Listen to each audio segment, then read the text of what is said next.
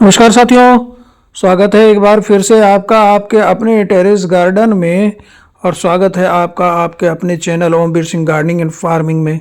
साथियों, आज मैं लेके चलता हूँ आपको एक बहुत ही अनोखे पौधे के पास, जिसका बहुत सारे कॉमन नेम है।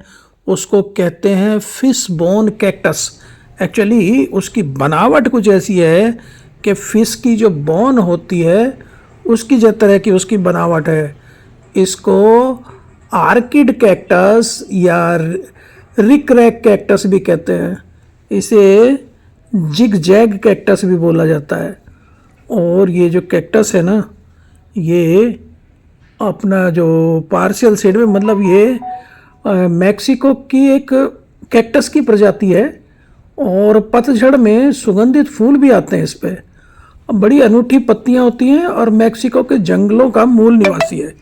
तो जो रेन फॉरेस्ट होते हैं वहाँ पौधों के बीच में ये उगता है। तो देखो, ये हमने भी यहाँ पे पेड़ पौधों के बीच में, और अपनी इसमें जो छन के जो लाइट आती है ना, तो देखिए हमने अपनी इसमें ग्रीन नेट के नीचे इसको एक सिरेमिक पॉट में लगा के ना रखा हुआ है।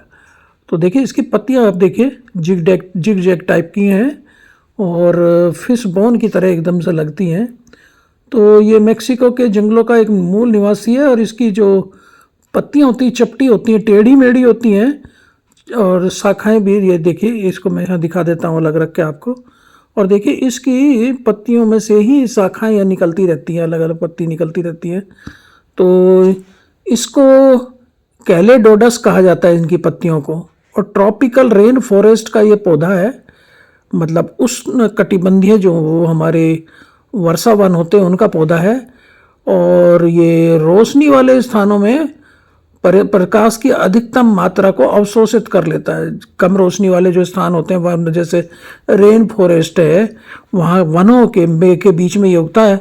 और उनसे जो छन के जो रोशनी आती है उससे अधिकतम ये रोशनी को अपने अवशोषित कर लेता है। फिश बोन कैक्टस एक हाउस प्लांट है, बल्कि ये कहिए कि एक इंडोर हाउस प्लांट है। कम देखभाल वाला इंडोर प्लांट है। और इसको ब्राइट इनडायरेक्ट सनलाइट इसको चाहिए। ये प्रकाश के बिना भी अच्छा चल जाता है, कम प्रकाश में भी चल जाता है। सप्ताह में एक बार पानी देते रहिए। बाकी कैक्टस की तरह ना इसमें पानी कम चाहिए, मगर लेकिन मिट्टी नम चाहिए इसमें। तो सप्ताह में एक बार पानी दे देंगे। आधा इसको मिट्टी पूरी नहीं सूखनी चाहिए, आधा इंच मिट्टी सूखते ही इसको पानी आप दे दीजिए। नमी इसमें बनी रहनी चाहिए। अधिक समय तक सूखने पर ना इसकी पत्तियां ना सूखने लगती हैं। तो ब्राइट इनडायरेक्ट लाइट में ये अच्छे चलते हैं। कुछ समय के लिए सीधी धूप भी सहन कर लेते हैं, लेकिन अधिक धूप तने को जला देगी। प्राकृतिक वातावरण में ये अंडर स्टोरी पौधे के रूप में बढ़ता है। और अगर इसके प्रोपेगेशन की बात करें तो स्टेम कटिंग से ये इसका प्रोपेगेशन आसानी से हो जाता है। इसके जो स्टेम को आधार के पास से काट लीजिए और एक दो दिन ऐसे ही छोड़ दीजिए। जब इसका जहाँ से कटा हुआ वो कठोर हो जाए, कटे सिरे को सूखने पर फिर इसको लगा दीजिए। और इसको लगाना कहाँ है? मिट्टी में नहीं, पानी में लगाइए। जब इससे जड़ें निकलने लगें तो तब इसको मिट्टी में लगाना है। ये एक अनोखा कैक्टस है। रसीले पौधों की तरह इसमें कुछ विशेषताएं हैं, मतलब सकुलेंट जैसे इसमें कुछ विशेषताएं हैं, लेकिन सकुलेंट नहीं है। ये कैक्टस है, इसके तने में मोमी रसीले पौधे जैसे एहसास होता है, जैसे मोमी रसीला पौधा हो उस तरह का एहसास देता है। और इसमें फूल बड़े आकर्षक आते हैं और 4-6 इंच व्यास के फूल आते हैं। सफ़ेद, गुलाबी, लेवेंडर रंग के आते हैं, पतझड़ में खिलते हैं। और ये कैक्टेसी परिवार का पौधा है। और फूलों में मीठी खुशबू भी आती है। रात को खिलते हैं फूल और सुबह बंद हो जाते हैं। 1 या 2 दिन ही टिक पाते हैं। तो एक तरह से देखा जाए तो दुर्लभ फूल होते हैं। और फूल आने में कई साल लग जाते हैं इस पौधे में। अन्य कैक्टस की तुलना में ये तेज़ी से बढ़ता है। 1 वर्ष में 6 इंच बढ़ जाता है।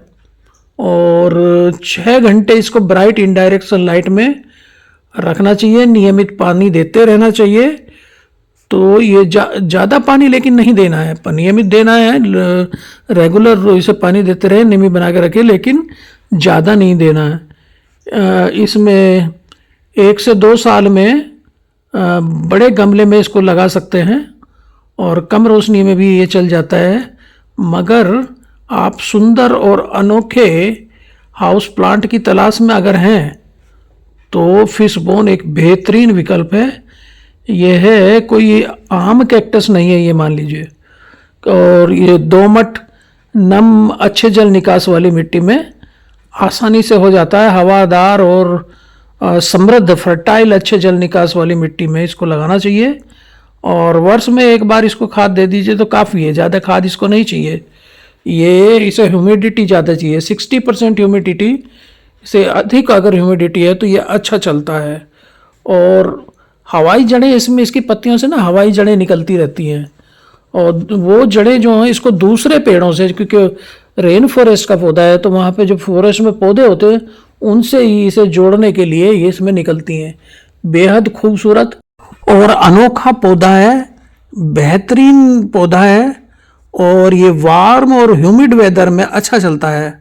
अगर इसकी मिट्टी बनानी है तो मिट्टी में इसकी परलाइट और कोकोपीट और सैंड मिला के इसकी मिट्टी बना लीजिए। फर्टिलाइज़र इसको बहुत ज़्यादा नहीं चाहिए, थोड़ा बहुत वर्मी कंपोस्ट कभी कभी इसको महीने 2 महीने में डाल दिया करिए तो उसी से अच्छा चलता है।